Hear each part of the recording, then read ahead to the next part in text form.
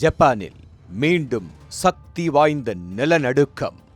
7.1 Richter அளவில் பூமி அதிர்ந்ததால் tsunami எச்சரிக்கை விடுக்கப்பட்டுள்ளது. புல்லட் ரயில் சேவைகள் நிறுத்தப்பட்டுள்ளன. பாதிப்பு என்ன? விரிவாக பார்க்கலாம்.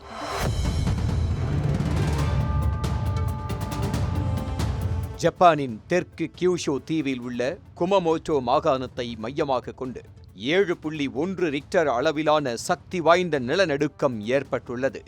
ஜப்பான் வானிலை ஆய்வு மையத்தின் தகவலின்படி கடலுக்கு அடியில் ஏற்பட்ட இந்த நிலநடுக்கத்தை தொடர்ந்து 1 மீட்டர் உயரம் வரை சுனாமி அலைகள் எழக்கூடும் என எச்சரிக்கை விடுக்கப்பட்டுள்ளது. அரியாகே கடல் மற்றும் யாச்சுஷிரோ கடலோர பகுதிகளுக்கு சுனாமி ஆலோசனையும் பிறப்பிக்கப்பட்டுள்ளது. இதையடுத்து குமமோட்டோ, நாகசாகி, ககோஷிமா, புகோகா, சாகா, ஒய்டா மற்றும் மியாசாகி உள்ளிட்ட மாகாணங்களில் அவசர நிலநடுக்க எச்சரிக்கை அமைப்புகள் செயல்படுத்தப்பட்டன.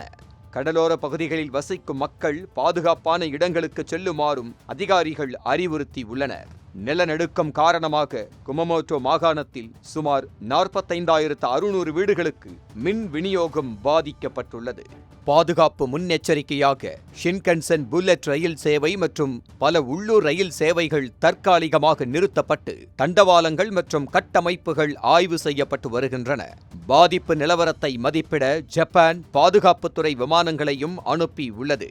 பிரதமர் சனாயே தகைச்சி நிலைமையை கண்காணிக்க சிறப்பு பணிக்குழு அமைக்கப்பட்டுள்ளதாக தெரிவித்து, மக்களின் உயிர் பாதுகாப்பே அரசின் முதல் முன்னுரிமை என்றும் கடலோர பகுதிகளுக்கு செல்ல வேண்டாம் என்றும் தொடர்ந்து ஏற்படக்கூடிய பிந்தைய அதிர்வுகள் குறித்து எச்சரிக்கையுடன் இருக்குமாறும் கேட்டுக்கொண்டார். 2016ஆம் ஆண்டு குமமோட்டோவில் ஏற்பட்ட பேரழிவு நிலநடுக்கத்தில் 50க்கும் மேற்பட்டோர் உயிரிழந்ததுடன் ஆயிரக்கணக்கானோர் காயமடைந்தனர். அந்த நினைவுகள் இன்னும் மறையாத நிலையில் தற்போதைய நிலநடுக்கம் மீண்டும் அப்பகுதி மக்களிடையே அச்சத்தை ஏற்படுத்தியுள்ளது.